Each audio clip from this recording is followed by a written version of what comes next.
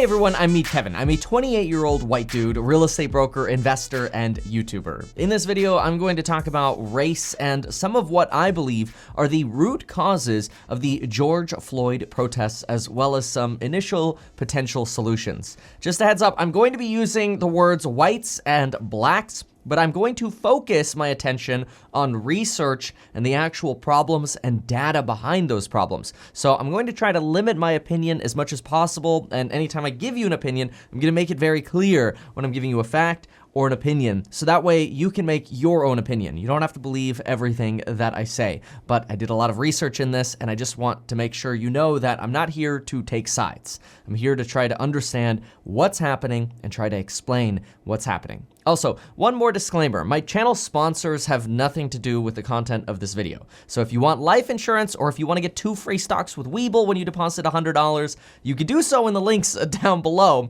but they have nothing to do with the content of this video. All right, here's my take. Fact number 1, there exists a massive wealth gap between blacks and whites. In fact, the Brookings Institute in February of 2020 published a report showing that the net worth of a typical white family was $171,000. That of a typical black family was only $17,151. That makes whites 10 times richer than black families. The typical white family is 10 times richer than the typical black family.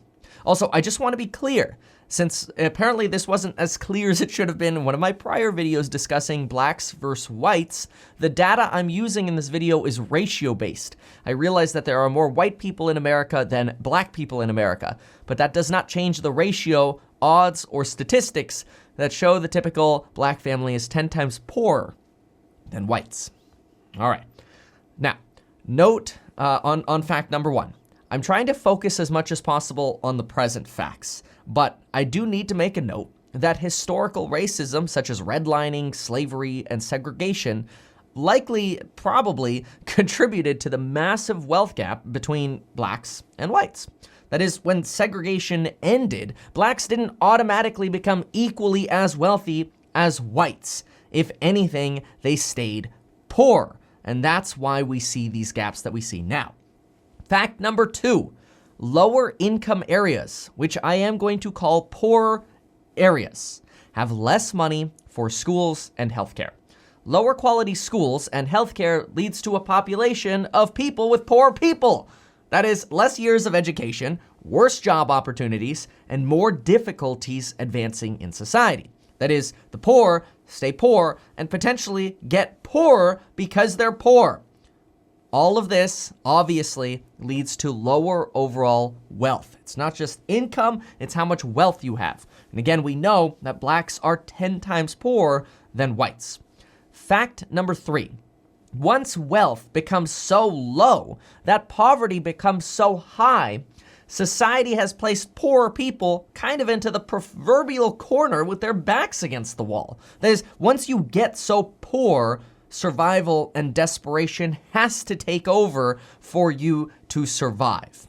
Now, this may, and this is my opinion, this may lead to more crime. The fact is, it probably does, right? Now, another opinion, it's likely that the shortcomings of capitalism, which is the system, our economy in our country, right? It's a winner-take-all society that we have. It's really likely, in fact, it's probable, that this enhances the wealth gap between the rich and the poor.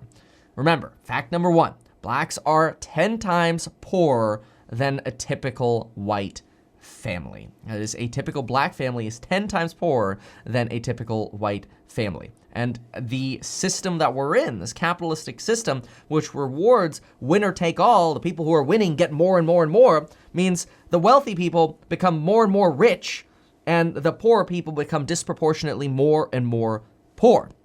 Fact number 4, according to Talking Poverty, 20.8% of blacks are in poverty, while only 8.1% of whites are in poverty. Now, to be clear, there are twice as many white people in poverty. The individual number of white people in poverty compared to the number of black people in poverty. There are twice as many white people in poverty. I just want to make that very, very clear. But statistically, if you are a black person, you are 2.5 times as likely to be in poverty. Fact number 5, police are incentivized to make arrests. It should be obvious. In fact, many police forces actually promote their officers based on their stats. A typical beat officer, not like to beat somebody, beat is like a district, right? A typical sort of street district officer generally keeps a log of their statistics. They usually track things like felony arrests, misdemeanor arrests, and traffic tickets, amongst other things, obviously. Now, stats tend to lead to promotions, and a highly bureaucratic police system, which police departments are full of paperwork and bureaucracy, even cops say that's terrible. It's expected that cops, if they want to get promoted, would focus more on increasing their statistics than on being maybe a model cop for the community. Now, that part is a conclusion that I'm drawing. It's my opinion. We know it's a fact that cops track their data. And we know that stats tend to lead to promotions in the corporate world and in the public world, right? In cop departments. That makes sense. And so I think a reasonable conclusion we can make is that the higher a cop's stats, aka the more arrests they make, especially felony arrests, the more likely they are to get promoted. Which kind of then leads to conclusion on number 5 here. Officers are more likely to go patrol areas where there's more crime. And simply put, that makes sense, right? If you're a cop and you want to get promoted and you want to have better numbers, you're going to go drive around areas that have more crime. You even see cops who are assigned to neighboring districts. Let's say you have District 1 over here and you have District 2 over here. If District 2 is boring because there's no crime in the world of cop talk, then a District 2 cop is very likely to drive into District 1 where maybe there's more crime and find more crime because those stats lead to a greater chance of getting promoted. All right, that's my conclusion on number 5. Let's keep going because there's a lot more pieces of the puzzle to put together here, okay? We're gonna get to racism and all that in just a moment. Fact number 6, the Bureau of Justice Statistics found that poor households had more than double the rate of violent crime as people in high-income households, or even just non-poverty households. So if you're in a non-poverty household, you have half as much violent crime as people in poverty households. Said differently, just one more time, if you're in poverty, you're twice as likely to be a victim of violent crime than somebody who's not in poverty. Also, poorer households had a higher rate of violence involving firearms. That's fact number 6. Let's go on to fact number 7. Fact number 7, the Bureau of Justice Statistics also found that the rate of crime was consistent for both whites and blacks amongst poor households. This is really important, and we gotta make an important conclusion here. So if the rate of crime was equal between blacks and whites amongst or sort of under the umbrella of poverty, then we could make the conclusion that race doesn't necessarily cause crime. Poverty causes crime. You're twice as likely to be the victim of violent crime if you're in poverty. But if you're white or black and in poverty, the crime rate's the same. This is just the facts. These are just the data. And again, we're gonna get to racism and conclusions and suggestions in a moment. Fact number 8.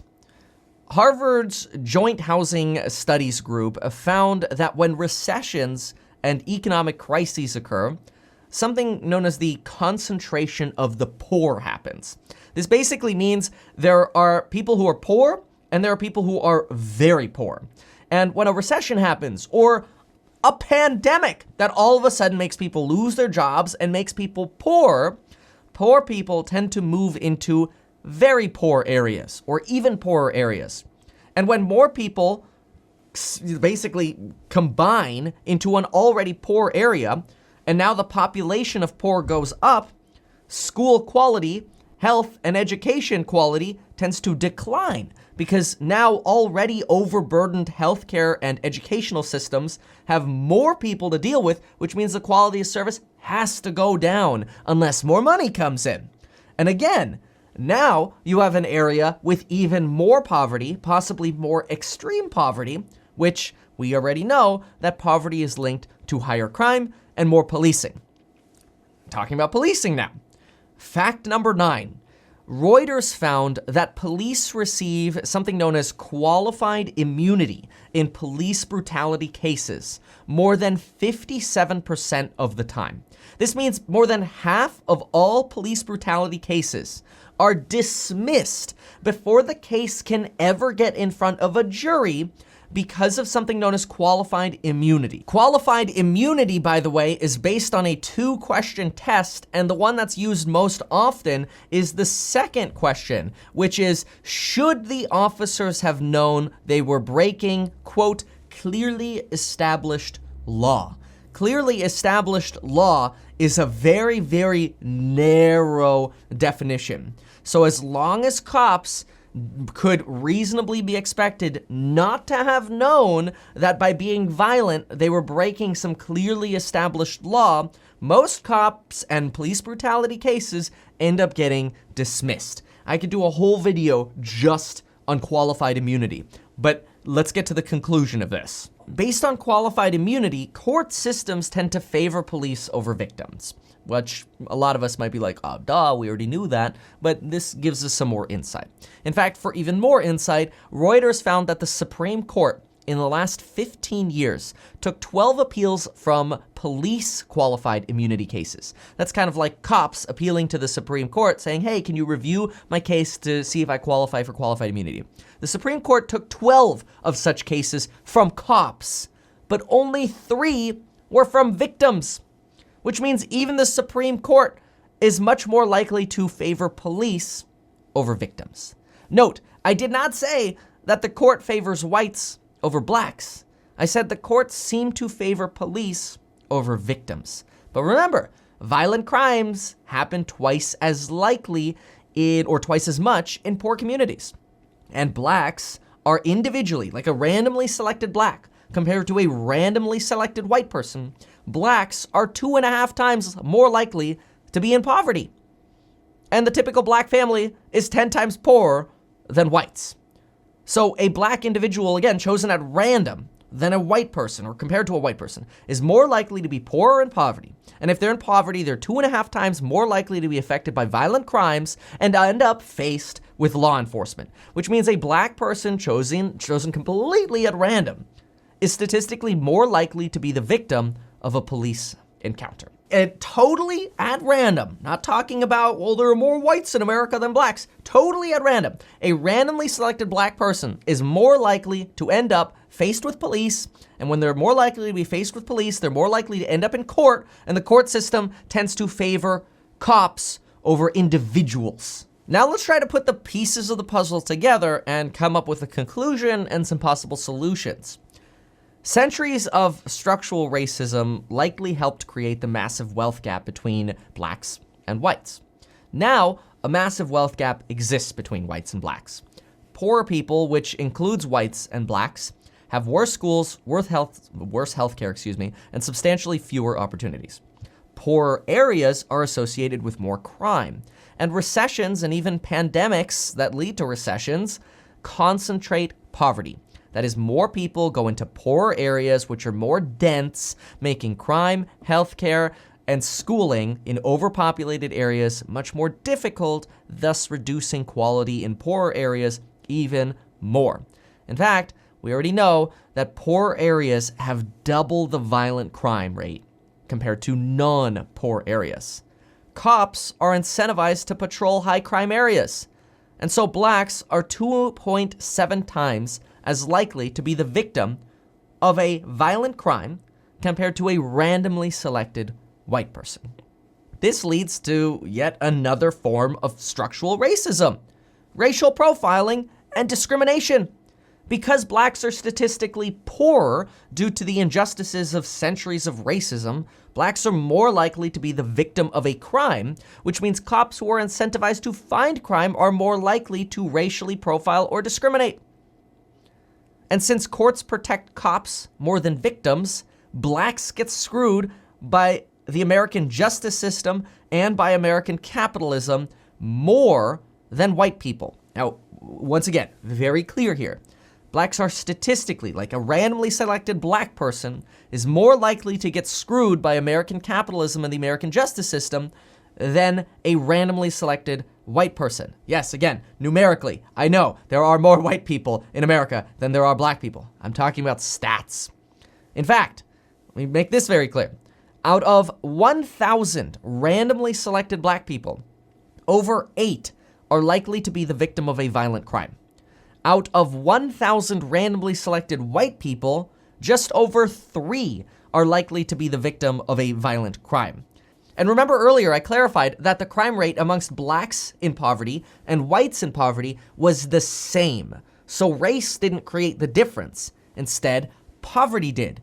And remember, a typical black family is 10 times poorer than white families, which ultimately leads them, that is black people, a randomly selected black person, is 2.7 times as likely compared to a randomly selected white person to get screwed by the American justice system and the American system of capitalism. So we know blacks are poorer. We know cops statistically find more crime in poor areas, and courts protect cops more than they protect victims. Well, guess what? The system is basically screwed by money. Imagine that. Money. Commonly thought of the root of all evil, money creates the wealth gap, which means money is what creates people being poor. Now, yeah, this naturally kind of brings up the question of, okay, well, what came first? Blacks being poor or more crime? And to me, that's a really unfair question to ask, because the real problem is racism came before everything.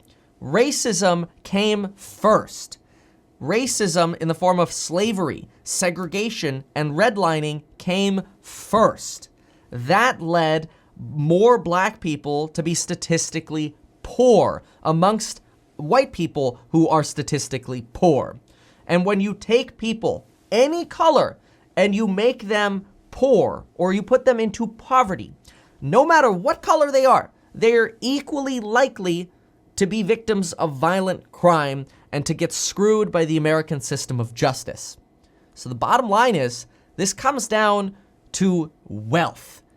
It started with slavery and segregation, but those are gone now. Now we're left over with the ramifications of centuries of that.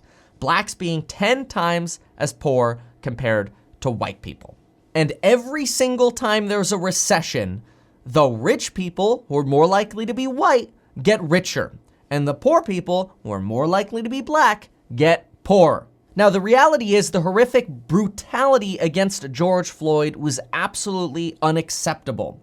But it's oversimplified to simply say, all right, well, the bad apple got arrested. Stop protesting. The bad apple got arrested. No, that's wrong. That's not how it works. Because millions of people are fed up with the system, the problems that I just described in this video. George Floyd is just the tip of the iceberg to showcase what all of these problems are. So my form of protesting is making this video and putting all of the pieces of this puzzle together as best as I can. And look, I may have missed things. And if I miss things, I would love for you to leave a comment down below and let me know what I missed so I can incorporate that into a future video. I can always make another video. But this is an attempt to explain how terrible the system is. This is my protest on behalf of George Floyd and every other protester, white, black, or any other color.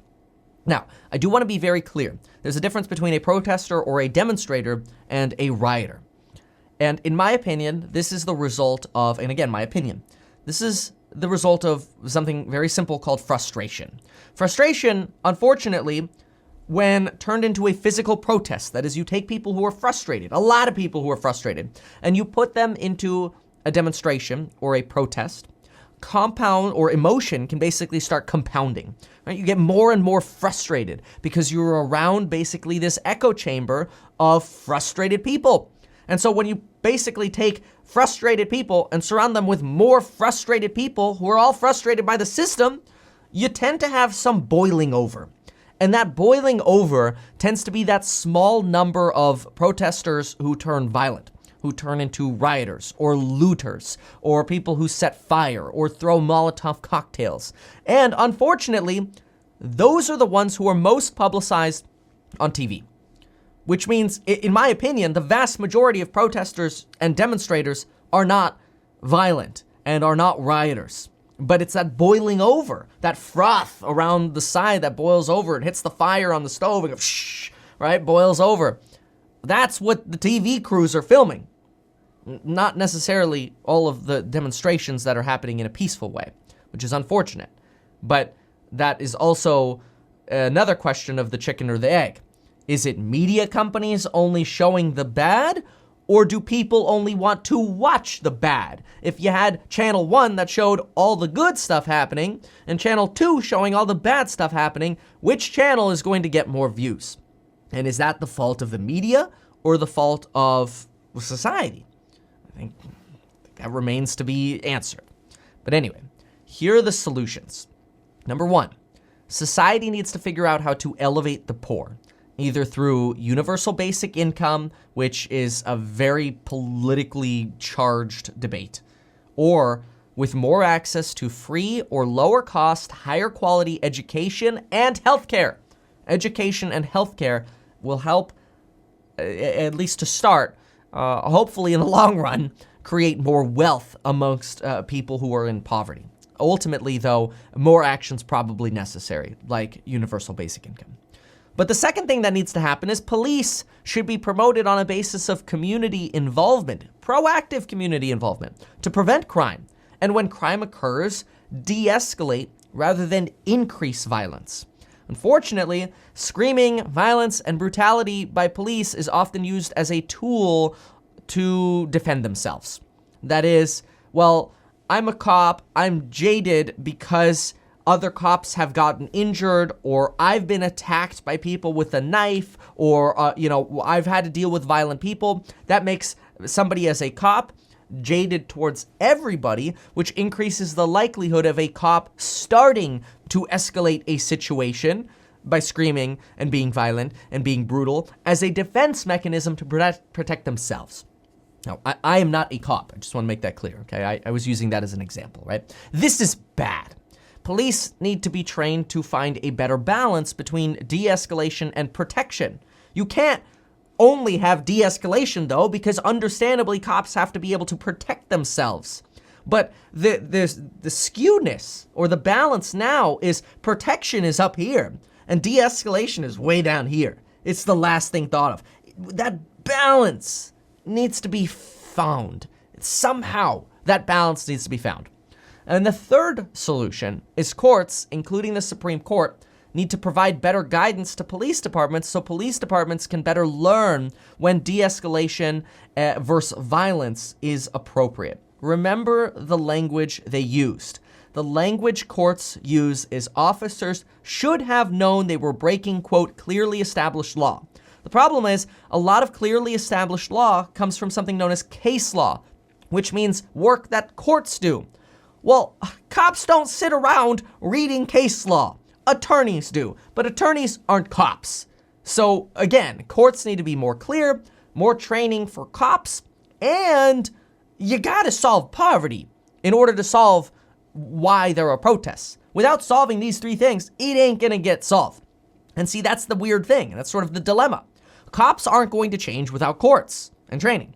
Courts are overwhelmed and don't have enough money.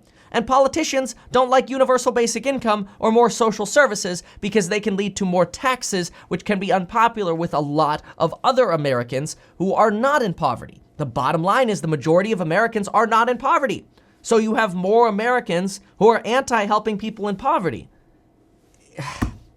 This unfortunately means we have to try to figure out as a society to solve these three issues together. And solving three issues together is very, very difficult. And so there you have it.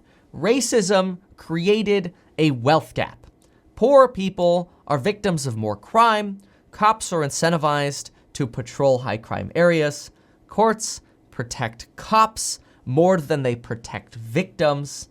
And that leads to poor people becoming more poor. A higher concentration of poor people leads to more desperation. Blacks are statistically more likely to be poor than whites, and this reiterates racism and discrimination. And the only way to solve this disaster is by focusing on all three of the issues I mentioned at the same time. Thank you so much for watching. If you like this kind of content, please consider subscribing. Really appreciate your comments down below.